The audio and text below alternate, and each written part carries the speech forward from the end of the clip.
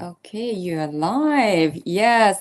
So, hello everyone. Thank you for joining our live, and I am so excited to present the superwoman that I know. I have never seen the this kind of transformation from anyone else. I have been wanting to interview my new raw vegan friend, Skye, and I'm finally doing it. So you are in it for treat. So let's see the secret of this powerful woman. She is on fire. Skye lives in Sydney, Australia, and she has been fully raw for 4 years. And honestly, you are going to learn so much from her, where she came from, what she went through, and what she does right now. I just wanted to also mention that besides that, she had ever since she's been fully raw vegan, she has so much energy that she's all over TikTok, Instagram, Facebook, YouTube. She had already 4 lives today. I don't know. A lot of people tell me that, Kiko, where do you get your energy? I've never seen anyone like you, but Skye probably Skye is next person to that. So Skye, thank you so much for joining my interview, and I'll hand it to you. Maybe you can share where you came from. What was your Sure, health journey? sure. Thank you so much for having me, and I count you as one of my really good friends. So it's such an honor to do this interview. And any chance I get to share how incredible the raw foods are and what happened in my life. Like, I was really sick from the age of 8. So when I was 8, I got chicken pox. And before I had this chicken pox, I was never really sick. I had like a cold here and there, but I was just a normal kid. And then I had the chicken pox. And then afterwards, I went to go back to school. And I was always sick and I had these massive swollen glands. And I kept going to the doctors, and the doctors are like, there's nothing wrong with you. And I'd fall asleep in class. I couldn't get through a week of school. So this is probably where the chronic fatigue aspect started. And we went to so many doctors and specialists, and mum was really adamant that something was wrong. Like, I think when something's wrong with your child. And finally, an ear, nose, and throat specialist said that my tonsils had been eaten away by bacteria, and I needed to have them removed, and possibly my adenoids. So this was the start of a long journey of surgeries, but they removed it, and I was 8, and right now I'm like 10, 9 or 10, and I started to do better. So obviously it relieved some sort of issue, and then there was about 4 or 5 years I did pretty well. I've mentioned before, I did like water polo, state water polo, netball, rep netball, touch football, basketball, swimming. I was like, what can I do? I was like, I had a boat, I would wakeboard. Um, so I did really well. I did get things like severe growing pains where I had to have my leg put in a cast, and I remember injuring my neck. So there was like inflammation, but that's still pretty standard until I got to about 16. And at 16, I ended up with this chronic pain in my back and my pelvis, and this fatigue and bloating, and just couldn't really get through a full week of school or be in sick bay. Went to doctors and naturopaths, the same sort of story. Like, nothing in your blood work is really showing that you should have any issues. I tried different diets, and then they started to notice hormonal issues. So I'd have surgeries to kind of relieve this pain that I had. Like, this pain got so bad that some biofeedback was done on me, and they used these machines on women in labor, and they couldn't get a start reading. So the nerves in my pelvis were literally just off the charts all the time, firing in pain. So they were removing glands, ligaments. They would put in IUDs with different levels of hormones and then take them out, then go back under and put them in. It was just this cycle. And I remember getting to like 21 or 22, and I'd just about given up. And then this specialized surgeon went in, and he found I had a second piece of uterus attached to ligaments and nerves. on my uterosacral ligament. It was called endostomatosis. Endo being inside the body area. Stroma is like an organ or piece of meat kind of in the wrong place, and osis made it a disease. And they named it that. They hadn't really seen anything like this before. What they did recognize that it would cause a massive hormonal imbalance from about the age of 8. When the body switches on, I would have a lot more estrogen in the body, which can turn on pain receptors. So they acknowledged that. So anyway, after this, I literally woke up from this surgery and the pain was gone. Like I still was like, there's like chronic fatigue and stuff, but the pain I knew, I was already on hormone replacement at this age. I'd been on hormone replacement to try and help 16 me. years old. Well, at this time, I was 20 something. So this went on for years where I was having these surgeries. But from about the age of probably 19, I was on hormone replacement. And it kind of balanced me. It never helped pain-wise or anything. So I came off all of that and I started to work for the first time in my life. I still had like a chronic fatigue. I'd been on like an antidepressant to help with pain, chronic pain, and I came off that. And then after a couple of years, the pain came back. And I knew it. I had scans. There were surgeries to try and relieve the pain, but now they put me on anti-inflammatory medications. Now, I'm still working, and it's like a very stressful type job, and I'd sleep all the time. So I literally was either at work or in bed. I sometimes went out, but mostly it was work or bed. That was my entire life. My whole weekend is from when I got home, I spent in a bed, and just to recover because I was so exhausted and I was always in pain, which is exhausting. Anyway, I started to get severely anemic, and the doctors said, well, that's just from the surgeries you're having and the disease that you've had. You're probably losing a lot of blood. Anyway, it's getting to the point where I'm at work and I really can't stay conscious. Like I couldn't stay conscious. And I went home and I was in bed again, which is normal by this stage. I'm always in bed. But so what had happened is I kept passing out around the house, and Mum is hearing this bang. I didn't know when you haven't got enough. I didn't have enough blood left. I was bleeding out internally and didn't know. Didn't have enough blood left in my body to keep me conscious. So I'd keep passing out, but not knowing I'm passing out. Don't even remember getting up and trying to walk forward again, then blacking out. Because when you're laying down, your heart can get blood to the brain when you've got low amounts of blood. But when you don't have enough blood and you stand up, all the blood drops. So I couldn't stay conscious upright. And Mum kept hearing this bang and found me. And I'm like, I kept saying, I'm so used to being sick. I'm like, I'm fine. Anyway, when I also had an upset stomach with vomiting and diarrhea at this point because the body's trying to get rid of the blood. But the vomiting, the blood, digested blood just looks like casserole, which I'd eaten. And every time I vomited, I passed out. I blacked out on the floor, into the toilet, or when I had diarrhea, fell off the toilet because there wasn't enough blood in my body. But we didn't know that. And once again, I'm so used to being sick. I worked out that if I laid flat, I felt conscious. And I'm like, I'm fine. Eventually I said, Mum, all the limbs in my body started to tingle, which there wasn't enough blood in my body. So they're all tingling. And I said, something's really wrong, like really wrong. So she rang an ambulance, and even the ambulance, because I wouldn't get off the floor. I'm like, don't move me. I'm conscious. And they're like, yeah, your blood pressure's a bit low, but nothing that bad. And they said, do you think you need to go to hospital? I said, something is wrong. Anyway, they pick me up. My eyes just roll back into my head and I'm unconscious. And they get me to the hospital, and they work out I'm low in hemoglobin. They give me, I had to wait, but once they give you fluids, it's like you come conscious. It's easy to be conscious when they give you the fluids and your blood, you can get some movement, I think, around that system. And I was waiting to have blood transfusions, and doctors are seeing me and they don't know which specialty to send me to. Like, why is her hemoglobin so low? And I kept talking about this disease I had in my back, and they were organizing to send me to another private specialized hospital because this is a public, like, emergency hospital. And he said, is there any new symptoms? And I said, well, at night I get a really sharp pain in my chest. I said, but it's not the same as what's going on in my back. Like, this pelvic pain's ruining my life. And I go off and he said, as a gastroenterologist, he said, I'm going to give you a scope. We're going to, knock you out and give you a scope. So said to my mum, go home. Go home. We'll be like an hour and a half, and she'll probably be fine, and we'll transfer her to another hospital, or if she's stabilized, she can go home. 14 hours later, they had to bring in a surgeon from another hospital because none of the surgeons at the hospital I went to could treat me.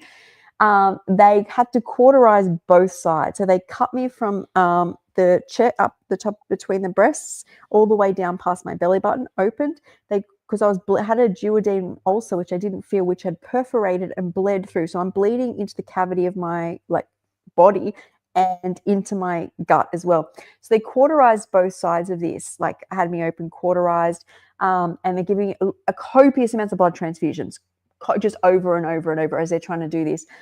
And so I wake up in ICU with staples all down the middle of my body. And I was so drugged up and in so much shock already. It really didn't surprise me. To this point, I'd been in so much pain. I was like, well, maybe there is something really wrong with me finally, type thing is in my head. So anyway, I'm in ICU and they're explaining what's happened. I have this massive ulcer. How old were you? I'm sorry. How old were 25. you? 25. So I'd been sick from 8, but I had 4 or 5 good years. And then from 16, I'm chronically sick. And this is about 25. And so I'm in ICU and it was so painful what I went through. And there's nurses looking after you, and you go into HCU, and you go into a unit where you're really heavily looked after. And then you finally am about to go home. And I remember Mum bought some chocolates for a nurse, for the nurses, but she said, because I was you have to learn to refeed after you don't eat. It was a month, and then you get onto fluids and then thicker fluids. And anyway, I was hungry all the time because I hadn't eaten it. And Mum's like, you can have the chocolates or they're for the nurse. Anyway, I ate one of the chocolates, and I always think I should have given them to the nurses, but lucky I ate it because I was about to go home the next day. I mean, fluoro red blood went all over this room. It was on the phone, on my bed, and literally it was something broke inside of me, and I felt it because all of a sudden I was something felt wrong. And then I remember in my brain, what was working in my brain, I'm like, keep breathing and stay low like you did before. So if you've got a bleed out, you're getting enough blood to any organs. But I hit the buzzer for the nurse to come, and she's at this stage probably thinking I need my pillow fluffed or a glass of water, because when you're about to go home, you're not the same as a high dependent patient. You just want little things, right? And she finally walked in, and there's literally exorcism everywhere, and they had to then rush me up straight into surgery. They cauterized both sides again of the gut. So they went in, and then when I woke up this time, they said, if you vomit blood again, we have to. And they drew this picture. And there's a YouTube video on my channel where I show the picture and what end up happening. But they drew a picture saying we'll have to take out your stomach, your duodenum, and all the rotted part if we can't get it under control and to heal of the intestines. Anyway, so I once again come out of ICU, HCU, and I'm actually in the bathroom putting makeup on, and I just bend over and just vomit up blood.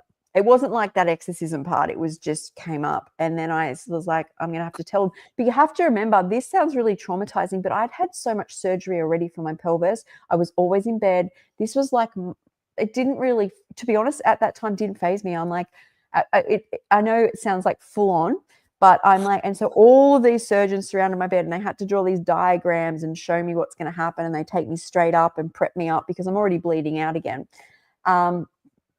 So they take me in, and this is another massive surgery. And I think what was really hard is what my mum, especially my parents, but my mum was had to sit outside those rooms for those long hours and hours and hours of surgeries, not knowing, because these are organs.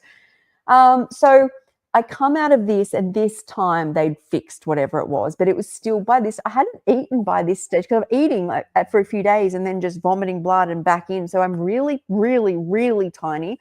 And then this time they wouldn't let me eat again. This was over a month. And they didn't want to give me feeding tube because it plays with your heart. And I already had too many problems. You have to go to a cardiac unit for that, because they have put central lines in, and it's all technical. But anyway, then my liver and kidneys got infected. So then they had to have another surgery to drain that off. Anyway, I came out of this, and I went back to work after about 3 months. And this time when the pain in my back came back, which didn't come back for about 10 months, but I believe it was because I went almost through a fasting autophagy state for a long period of time. All that I had during a lot of those months were water intravenously. So I think it reset a lot in my body. But once the inflammation switched back on, this is where I was on massive doses of opioids. Like I was on OxyContin, like 500 milligrams in the morning, 500 at night. My breakthrough was 60. When you injure or break a limb, even with my stomach, is the most I think they had me on was 80 milligrams in the morning at night. This was 500. I had a fentanyl patch on as well of 170, which was changed every 2 days. I was on they tried like other medications like Neurontin and gabapentin, which didn't work. They put me on, I would be in hospital on ketamine when it got really bad, pethidine. They put local anesthetic in my spine, Botox in my spine. They did these, I had to pull, my hip kept twisting in on itself. So this was like, I was literally in surgery every at least 3 months again for my pelvis to just manage pain. Hospital more. I was in hospital at least once a month to try and manage the pain. It was unbearable. Walking sick, I had to leave work. My parents were my full-time carers. I was at pain doctors, and then I was at other physios, but I was at other doctors because I started getting massive blood sugar problems, and I was in hospital getting infusions for iron and B12, and that my whole life was hospital from this stage. So after I lost my stomach, as I said, there was about 6 months I got back to work, then I just went downhill. So this pelvic pain is now back the problem, and this went on again until I had a neurogynecologist, professor of neurogynecology, who is world famous doctor, and he is amazing. Like I spent my New Year's Eve, the amount of New Year's Eve I spent in hospital watching those fireworks go off in the city, because he was helping me. But he put me into chemically induced menopause, and that did stop the pain, but it lit up a whole issue with I was full of chemicals. Like, as you can hear, all these opioids and all of these things in my system. And I said, okay, it stopped this pain. And this pain now was nerve pain through my face all the way down. I can remember I could draw it. I could close my eyes and know exactly with the nerves, ran the back of my leg into my toes and also into especially these two fingers. It was unbelievable. But the chemically induced menopause stopped that pain. But I still had a whole host of other issues underlying that. But my pain went. So I said, no more. I want a hysterectomy. And because I wasn't even 30, it took them a bit to decide, because essentially they did not want to take that off me. I, in truth, making that decision, had no comprehension of the effect that losing your hormones and realizing that as a woman, how much these organs mean. I just wanted to know. I was in so much pain day and night. It controlled every move, every thought. So they were worried about the kids. I had to see not having kids. Did I want to freeze my eggs? And I'm like, God, if I get through this, the last thing I want to do then is try and have a baby. Sorry, but I've been through too much. And I wasn't even 30. So around about just before my 30th birthday, they okayed it. And I went in and I had that removed. And as soon as I had the full hysterectomy, including my cervix was taken out. So ovaries, uterus, fallopian tube, cervix. I remember waking up and you could just tell whatever was going on it just stopped. And within a month then I'm in acute menopause, and that was hell. You don't realize how lucky we are. We think periods and women's problems are horrible, but it's a huge part of who we are as women and our purpose, really. And I guess what we identify when I think back then. So that was really hard. Hormone replacement really helped. Within a year, once everything stabilized, I took away those medications, those opioids, as fast as I could, because I was so foggy and I didn't need them. But this is where the problems start. And I'll just put this photo up so that people know. Yeah. First How off, old I were was you? Mm-hmm. here in this photo, I was 35.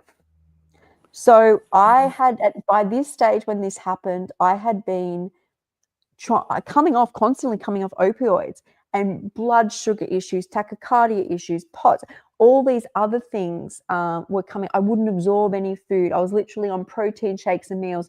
At this stage, I was being hospitalized in ICU because most of my organs were just not working properly. Like they basically, like your blood just keeps showing, like your body is just like shutting down type thing. So that's this photo here is where no one thought I was going to make it. But mind you, I'm not on that much medication because I'd come off most of it compared to what I was. Let's be relative here. Compared to what I was on like very low doses of stuff because I was still coming off it. And then that's when I dissociated. So I'm like 35, 36, just turned 36, I think. Yeah, just turned 36. And this is where I lost my memory, and I was basically thrown in a acute psychiatric unit, and everything that I had been given, which just, this is the most horrible experience. I've been living in a room, a bedroom or a hospital for at least 10 years straight at this stage. If you're talking 35, from when I'm 25, I had literally been in a bed. Yes, most of my life I've spent, like, I could get up and then back to bed, but literally bedridden. My first experience with knowing what life is was being thrown in a psychiatric unit, ripping all the medications off, like opioids, SSRIs, which make you dissociate as it is. I was on actually amphetamines at this stage, dexamphetamine, because I couldn't concentrate. They took that off me, and then they put all these new meds inside my system, which made me absolutely just trip out. So my first experience trying to understand life is a dirty psych unit with these horrible drugs. Anyway, I came through that. By this stage, this was the most, like, you think losing your stomach's bad. This was like, I didn't know who I was some days. So that was even scarier. They took my hormone replacement off me. It was horrible. Eventually I got through this. I got off everything except the hormone replacement.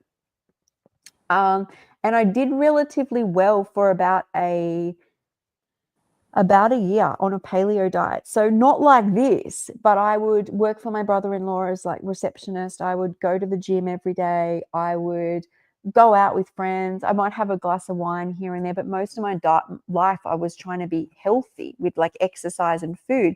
But then at the end of the year, because my memory and mind were not back together, everything, whenever something started to switch on, it was like I got shingles through the eye.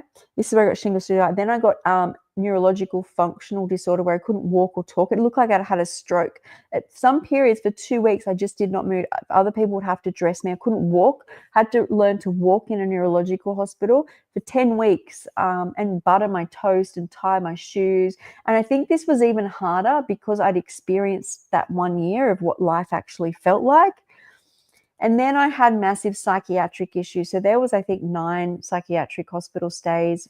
5 times were acute units. I think I was scheduled for 3 or 4 times. One was like a 10-month stint.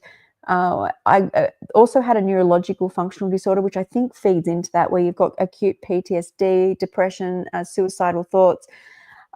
They also would diagnose you with, I think I had every diagnosis then psychiatrically under the sun, where they're saying you've got schizoidal tendencies. And then they're like, no, she's dissociated with reality. She has breaks with reality. This may never occur again once she heals. Like, it's confusing enough, but you are literally re-diagnosed every day. But the fundamental thing is I could barely walk, talk. I had constant reliving of my past because I never processed anything. When I'd been that sick, when you are that sick, you don't think or feel. You just go, pain, it's pain. And then they give you a medication, or you'd have some sort of physio or some sort of treatment. And, that was my life. And then I'm trying to deal with the pain. Anyway, going back a bit, when I got the FND, it's still, to me, this dissociation is still part of my awakening.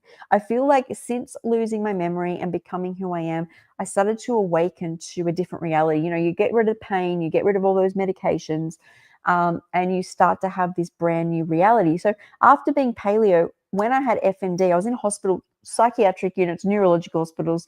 I was vegan. I would ask for vegan options, or mum would bring me vegan food. Everything was vegan because I didn't believe I should be eating things with a face. I was really sensitive. Like, this awakening part was really sensitive.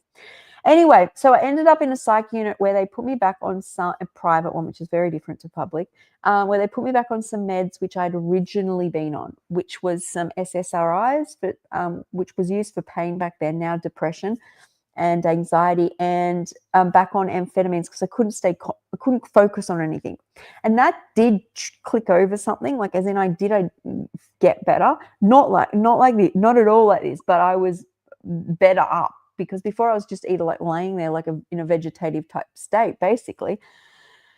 Then I got home and I worked out that this reliving and this PTSD wouldn't be so bad with a glass of wine or 2 glasses of wine. So I got into this habit, and I couldn't go out. So I was basically taking my parents' wine or just ordering it when they went out, because they're my carers, or carers would come in.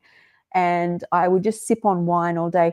It wasn't I did this for about 3 or 4 months. It was when you think of an alcoholic and you're thinking of copious bottles of wine, it wasn't. It was a constant sip, and then I wouldn't have to feel. And sometimes I'd have some vodka on top of that if I wanted it to be stronger.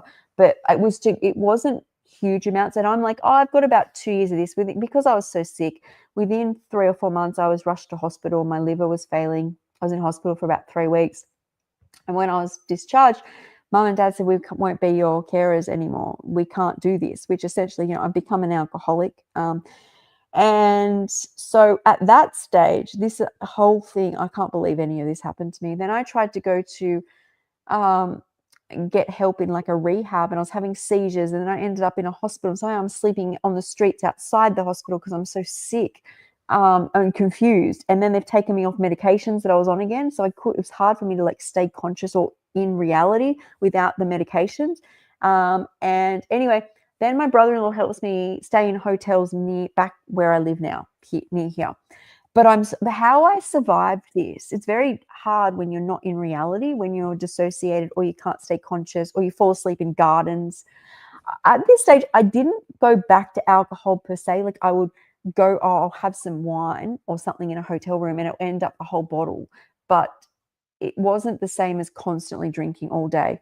But I felt so sick and I started bleeding from a lot of places when I was doing this. Anyway, a family member helped me get my own place. I was so sick by this stage, I just was too sick to cook the food, the vegan food. So I'm eating just carrots and celery raw, and I'm not drinking. I went back to drinking once I got my own place like 3 times, but at this stage I'm not really drinking. So, and I'm like up, and I'm like, okay. And so I ran to hang the clothes out, and I managed to get some. I thought I better cook myself something. So I've got some dry roasted pumpkin and tomato and stuff. As soon as I ate it, all these tachycardia, dizziness, addiction, like wanting more, like sick, because I was smoking, drinking, vaping, you name it, anything not to feel, would all come back on. But dizziness, like the bleeding probably wouldn't increase. It was probably still healing at that stage. But fatigue, I couldn't get up. I'd eat this food and couldn't get up, basically. And then I was like, Skye. So I'd go in the raw foods, and I'd do some steamed cauliflower, eat the cauliflower cooked, couldn't get up. And I was like, literally, I remember sitting outside and I'm like, what are you willing to do? Like after all you've endured, you can just eat your food raw. This is not a big ask from the universe. You're right here. So all I did was eat the food raw. Within 6 weeks, I'm a completely different person. I'm normal. There is no pain. There's no. I would try and walk down the street and my heart rate would get to 188 within like 100 meters. I'm now within 6 weeks, I'm walking like 3 or 4 kilometers and my heart rate was just normal. Everything that was like chaotic. And of course, I'm always healing, but I really don't know how many times how I survived. But I did, and that's how I found the raw foods. And that's why as well, when I first did it, is my commitment to myself was, how do I stay eating this way? And the only way I knew was to make it taste really good. And that's, I think, where those recipes come from, because I'm like, okay, what do you like? I like mango and chili and lime, and I like cucumber noodles and greens, and like get paprika. Always have your favorites. And look, when I started, I was on disability payments. I didn't have the support of my family. When I first started, I was, disconnected from them, and my money literally went to rent, to pay for my phone and my internet connection and food. That's it. My only care, and I had all donated clothes at that time, or things, basically from my mum and my sister. I had donated clothes, and it was just because I knew the power of it. Like you could, to have your life back through eating raw veggies, and there wasn't a lot of fruit. It was like, if you were to ask me what it was mostly veggies, because I had them in the fridge. The ones you can just munch on, and a little bit of fruit, nuts and seeds, and a little bit of like fermented foods. And I even noticed, because remember, at this stage, I'm severely anemic and they can't even give me an infusion because my liver's so damaged. They can't put anything in me. So I was like a real mess. Okay. I don't know if anyone have captured everything you said, but it's just, when someone see you, for someone, Skye is quite popular and she's everywhere. So it's hard for any it's hard to find someone who has never seen Skye, but if you ever see her now, that you would think that this woman had a very easy life. She looks like a sunshine, never had an issue, you know, from Sydney, Australia, sun and ocean. And so if you look at her, if you look at Skye now on recent past, she's full of energy. She does Pilates. She can well, she dances really well. She runs. She's always online, doing lives, and she's got weekly food prep on every Friday, right? And Yeah. you talk about, I mean, it's just, you are truly on fire. And as I'm listening to you, I'm just getting some pain here because, oh my God, well, how much you have gone through. And, all I could think is that, thank God, your soul, Skye, your soul is so strong, right? You agree?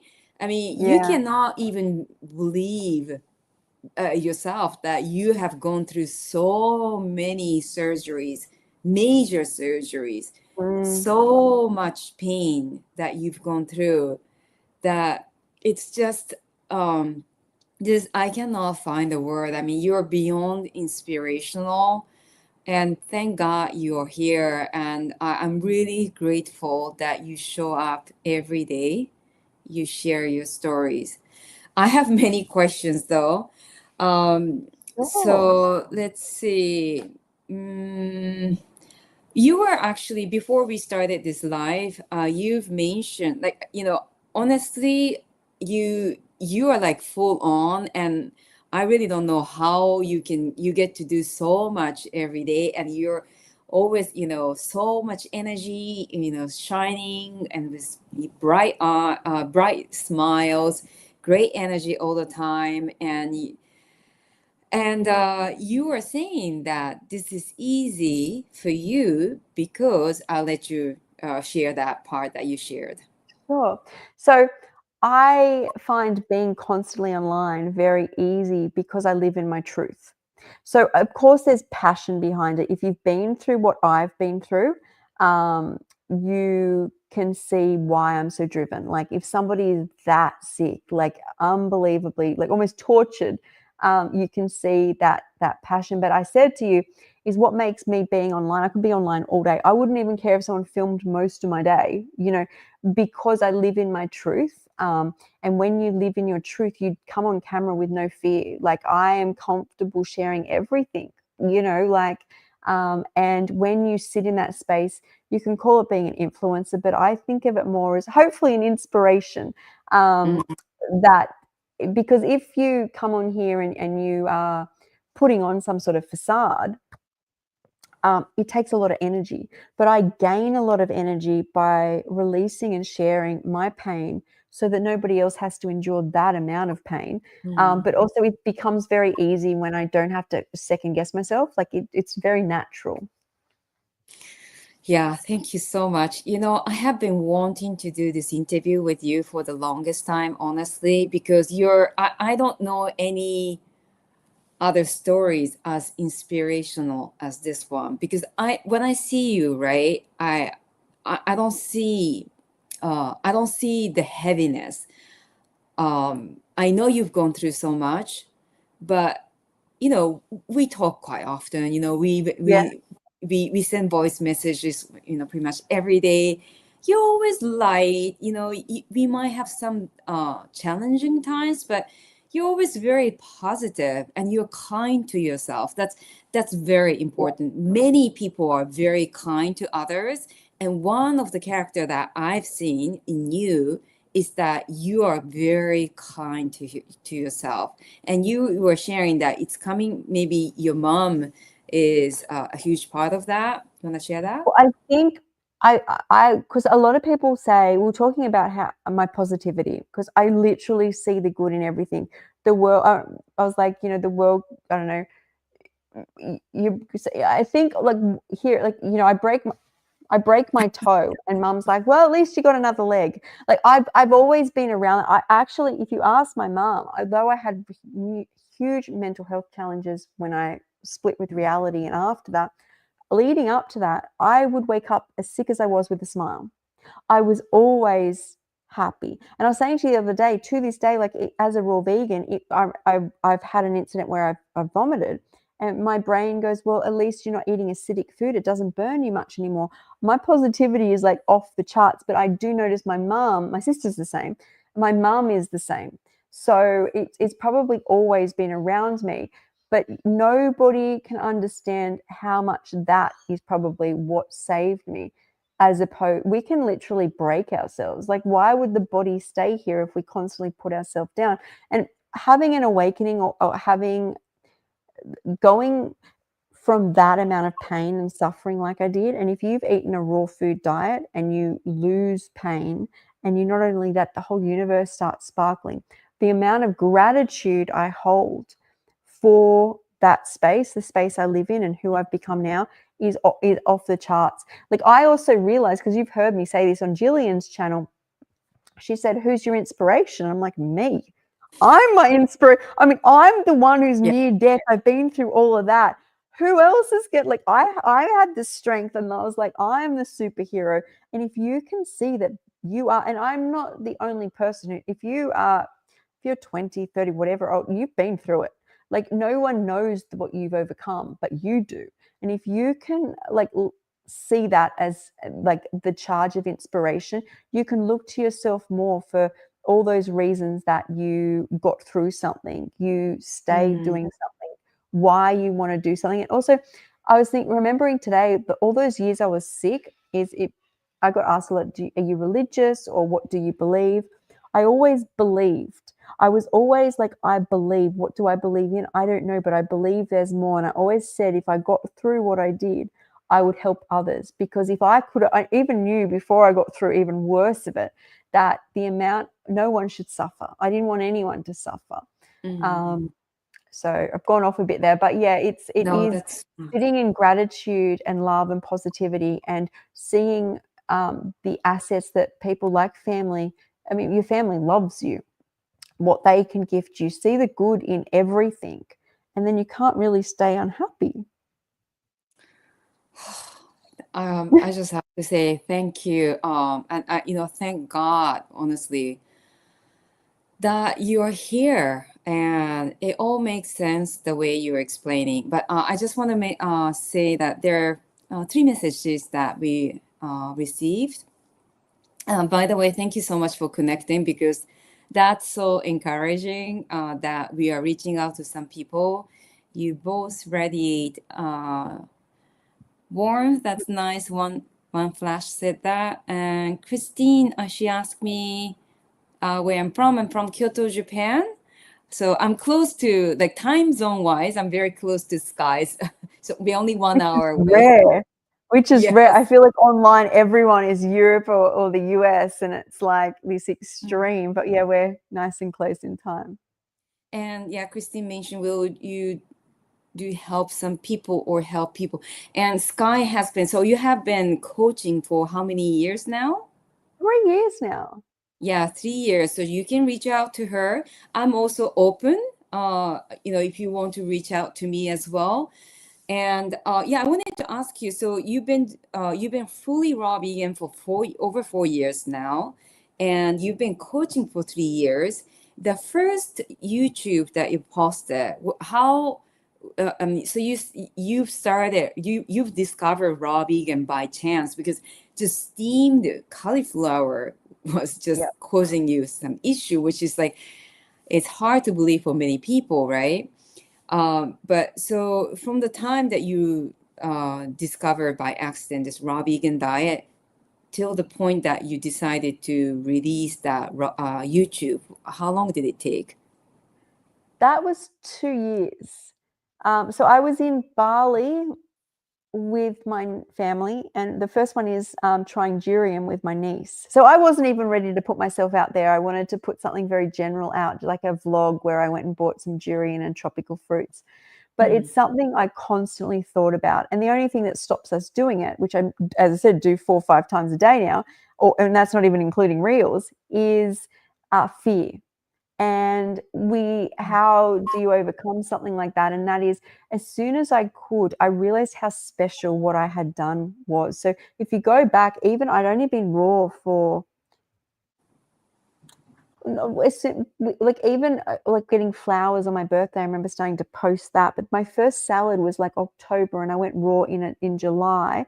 So what's that, 3 months? I just started, I knew it had to get out there. It was too incredible, this food, the magic of the food, and it just built on that. So I always wanted to do YouTube, but I wasn't confident enough to just start there. So it starts with like photos, just photos on YouTube, and Instagram. And then I think within a year I was doing lives and reels.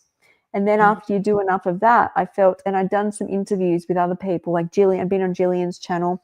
Who else's channel? I've been on a couple of channels. Chris That's how I got to know you. Through Jillian's interview, that was like, oh my God, I've never seen anyone, transform like this. And now, you've gone through, I feel like you were saying that you lost your memories and some are coming back, right? Is it your story, the health journey? Are you remembering? Because I feel like now it's more detailed than before. Yes, it is much more detailed. So the memories that are coming back are not post-traumatic stress. They're like, it's like I could recall things before, but there was no feeling or emotion or energies or connection to it at all. So if somebody said, oh, do you remember that Christmas when your cousins came down? I could say yes.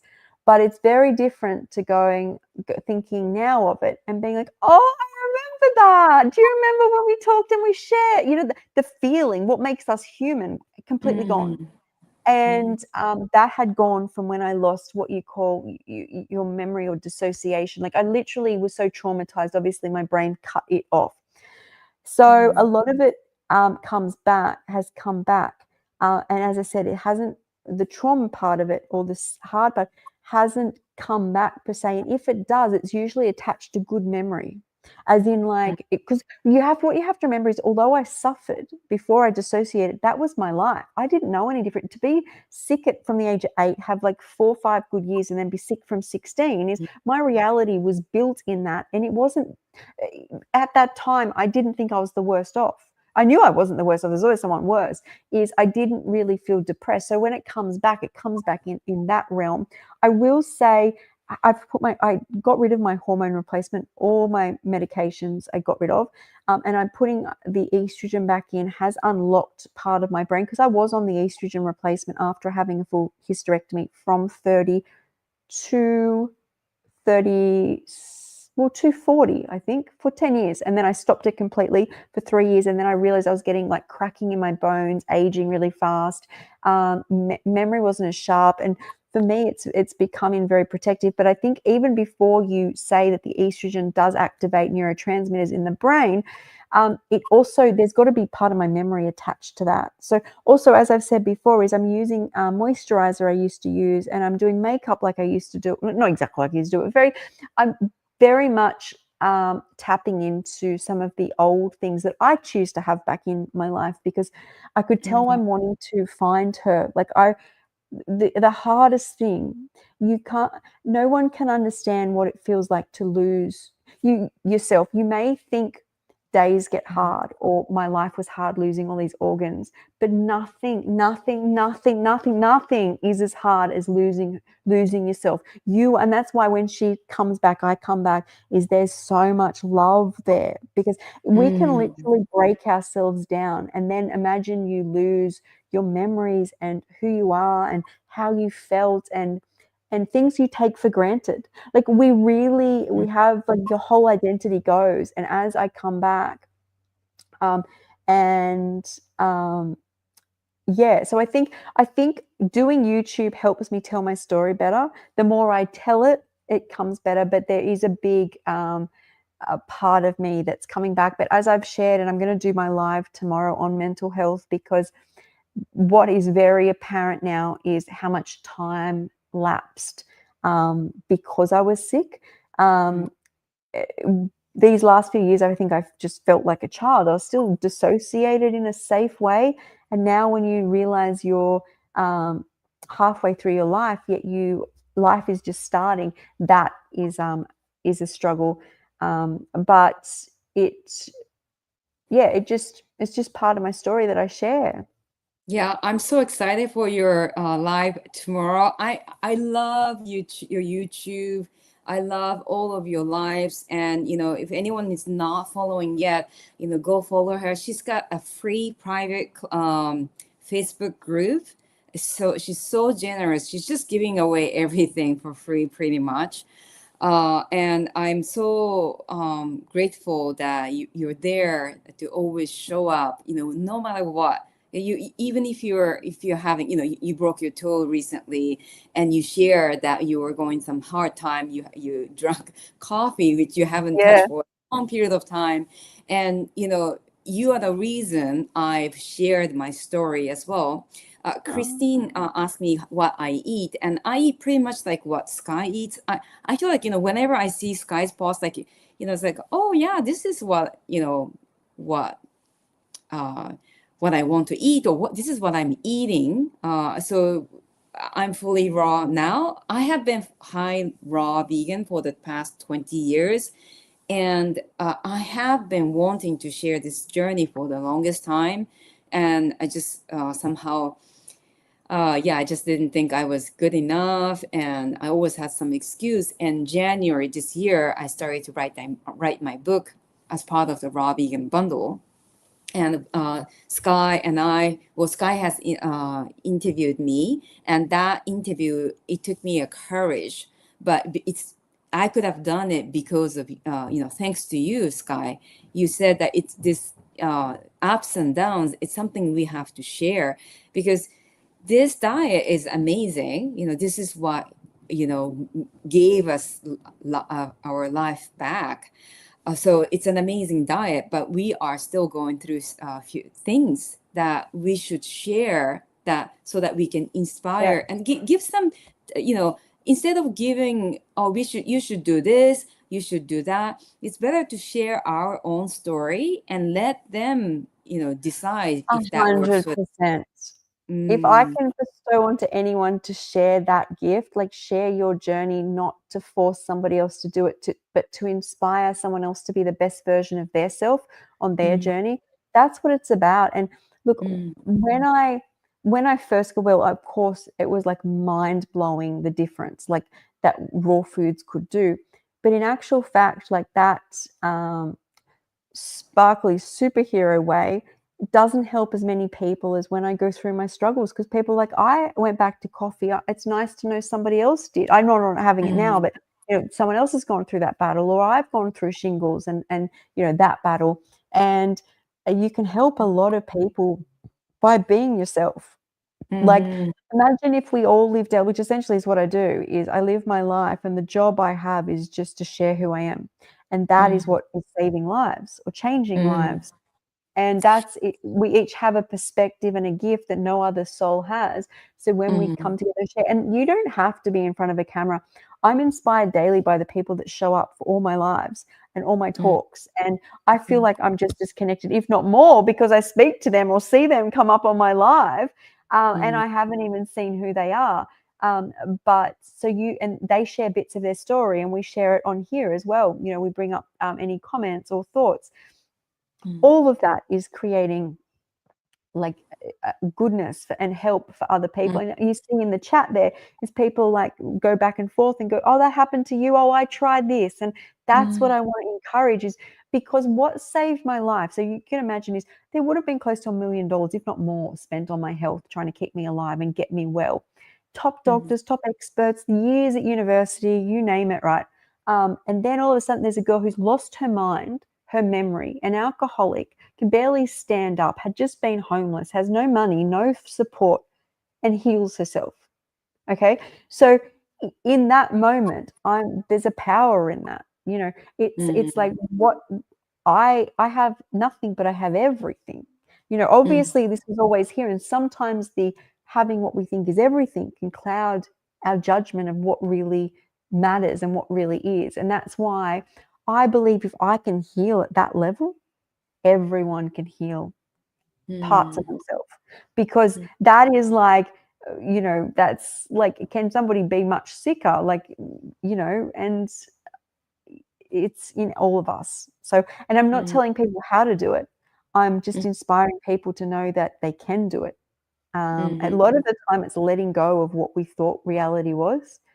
We are mm, so um, stuck in our ways of what we've been shown at school, university, or on television shows, or what people have told us that we consider experts. But most of what healed me, and this is why I share as well, was kind of like common knowledge or things I learned along the way. Like, I kind of think of like the yellow brick road that you travel along through life is like events that occur or situations where you might find, like, a lot of the memories that I had were like, when did I feel the best? And a lot of the times I felt the best, I was in salt water, and I'm sort of abundance of salt water near me.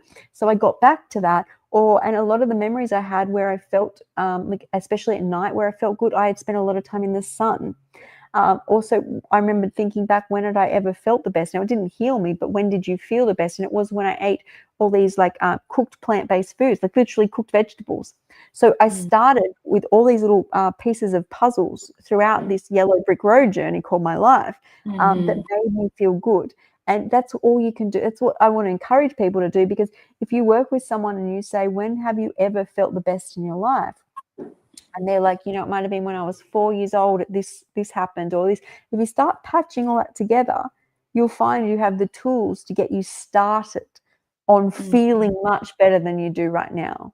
mhm. Yeah, so it's, yeah, I totally agree. And Christine was mentioning, like, or she's sharing what she eats a little bit, and it's okay. Like, everyone, we are not sharing. We are not saying that this you have to eat in certain ways, but we are just sharing our stories. And for me, Skye's stories, I know she's shared it quite a few times, but I want to share more from my side, put the Japanese subtitle, because I can think of few people who would benefit from this information, and everyone's journey is so different. And, honestly, recently I came to this realization that there's so many people on this earth, uh, not just people, but, animals, but not a single being is the same. No, Exactly. there's no one single person who is exactly identical. There's twins and triplets, but they all have their own characters, and it's amazing, that there's so many uniqueness, and we need to honor this, and we need to embrace that unique. Yes. And we all have our own journey. Find your journey, embrace your journey. And I love how Skye shows up. And she would never tell. She's the last person to tell you what you should be doing, but she's just going to show up to see, maybe there's something that Skye is doing, going to the sea, or grounding, right, doing some Pilates, or eating certain kind of veggies that might inspire you. And it was just one step that makes it Yeah. easier to go for the second step. Yes. And that's like, um, Christine's always showing up. She's not, she still eats meat, and that's part of her story. But if that's, she's involved in knowing more about her health, and Mm, that's a huge step, as opposed to, having health issues and sticking your head in the sand type thing. The more you can immerse yourself around people who you, this is the other thing is, I mm, realized, like, looks are important, in the fact that if you are not well, look to what you want to become. Who mm, don't take advice from someone who's that you don't aspire to be, because if you do as they say, you can only get to where they are, and if that's not where you want to get. So as much as people say looks don't matter, yes they do. I mean, look at me here, like, that's me, like, and right there I was just as broken as I look, and now I'm just as mm, healthy and as I feel. And I think that's really important, that people um, do as people Mm, Get inspiration from people you want to become. Don't just take knowledge because they've got some sort of degree or apparently they know something. Like really mm, immerse yourself around people that you see and you're like what they embody, what they look like, their life. I want to get that and feel yourself. And I did because I couldn't really concentrate or read very well when I got myself well. I could look at pictures. So I filled my Instagram story because I found out they were raw vegan. So I could look at all the pictures with only things I wanted to fill myself with. It was like I was an empty cup and I mm, got to restart my whole life. And I filled it with all the things I wanted to become. And mm, anything that made me feel bad, I got rid of. mm. It was all just goodness. And if you keep putting good in, good starts to come out. Yeah, I cannot agree on that. I'm very sensitive and I Yeah. tend to manifest very fast on what I think of and what I Yeah. see. So I'm very, especially when I was going through some challenges, I had to remove, with Instagram or YouTube, I had to make sure that I have a control of what I consume from my eyes and from my ears, Yeah. my things, and that all counts. And I think that's why I'm very passionate about sharing on YouTube and Instagram, because I had to go through that as well. We are definitely a minority, and honestly I do think raw vegan diet is the most logical and most natural food there is. And I think that's what we are meant to eat, Mm. colorful vegetable, fruits, nuts and seeds. And but we are still minority. And when I didn't have this much of a access, it was easy for me to kind of shift back. I always stayed high raw, but when you are surrounded people who are eating, like standard American diet, which is pretty much everywhere nowadays, even in Japan, right? We kind of forget what's the natural food is. And I had to listen to this kind of podcast and, read the more healthier natural food. So that's why I'm passionate to share on my Yeah. side as well. And yeah, we've been on live for almost 1 hour, but I just wanted to thank you so much, Skye. Again, just on the side note, this was supposed to be my first interview on my platform, and there was a glitch that Super Sky came out, and I have asked her for help so that we can stream live, not just on my YouTube, and so that Sky and also you're sharing on Facebook Live as well, right? And Yes. you continue to impress me on a daily basis, Sky. Oh. I am so, so proud of you. Every single day, I am so proud of you, and I'm so honored to be your friend. Oh. And yeah, thank you so much. Um, Oh. Thank okay. you. Thank you for doing this and sharing my story and being my friend. I'm so honored. And I learn from you every day too. And I'm so grateful that you could share this. Thank you. Again, follow Skye. She is quite active on Instagram, Facebook. She got Skye Conway. I will share that details on this video once I upload it on my YouTube. But she's got well, we have weekly podcasts, but she's got a weekly podcast with quite a few people. It's hard to catch up with this fiery woman, Skye. She's full of surprises and I love it. She's an inspiration, not just for me, of course, but to many. So go follow her. Um, Anything else that you wanted to add? Yeah, you've got so much going on. So if you follow her Instagram, you get to know. But I was just going to say is if there's one thing I want people to do, it's believe in themselves. Is you can believe in a herb or you can believe in the raw food, but that's all out there. Believe in you that you can take a step today to do something that feels good for mm, you. Believe that you deserve this time on earth to feel your best. The more you believe in yourself and step away from fear, I think that's really important, because this is all about love. We do this for self-love, because Mm. you love you, and then the food loves you, and the choices you make love you, and you really then understand what the essence and substance and reason for being Mm. here is, and that is love. So, That yeah. is love. That is love, Yes, and love. you need to keep on listening to something positive and Yeah. surround yourself with people who loves you, because that could be challenging. Loving yourself is could be something that's probably most difficult thing for many people. It is, isn't it? It's the reason we're here, and the love, and not loving externally, because they're like fractured parts you're trying to patch up of yourself. You have to acknowledge love inside yourself, and if it probably is very overwhelming for a lot of people.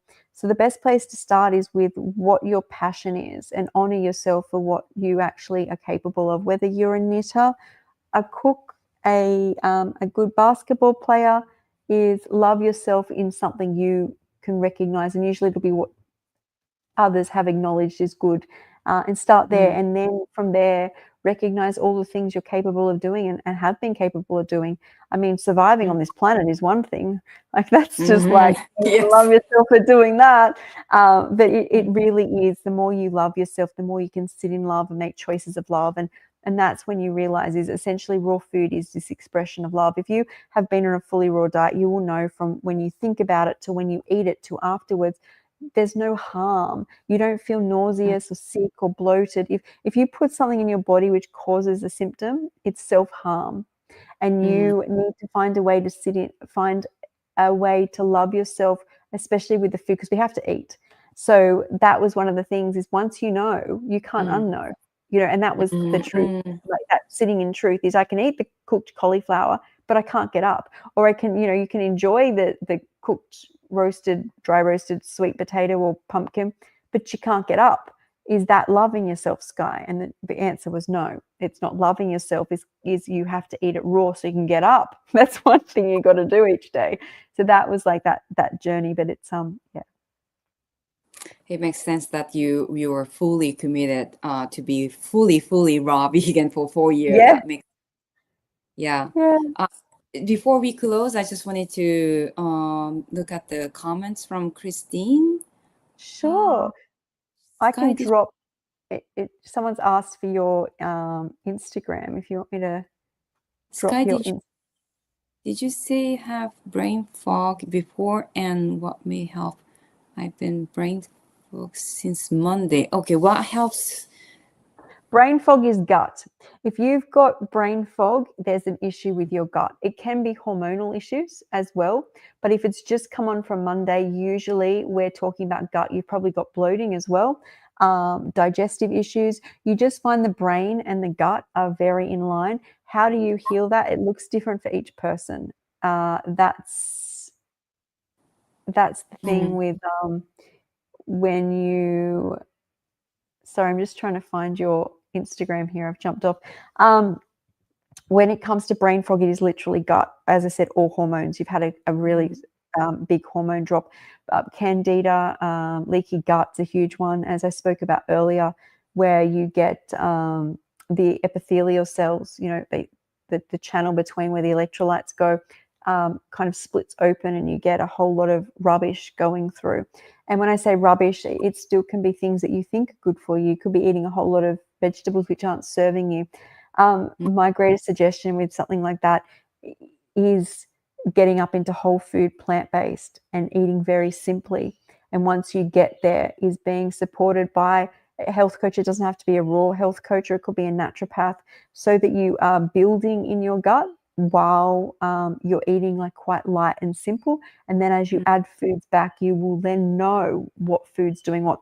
If you keep eating a whole lot of foods, and I'm not saying it has to be raw, but you're eating a whole lot of foods, and then you try put in these supportive supplements or probiotics or whatever, you're not going to know what's causing it. You can't fix it with nature. Will not fix something that you're continually still trying to break.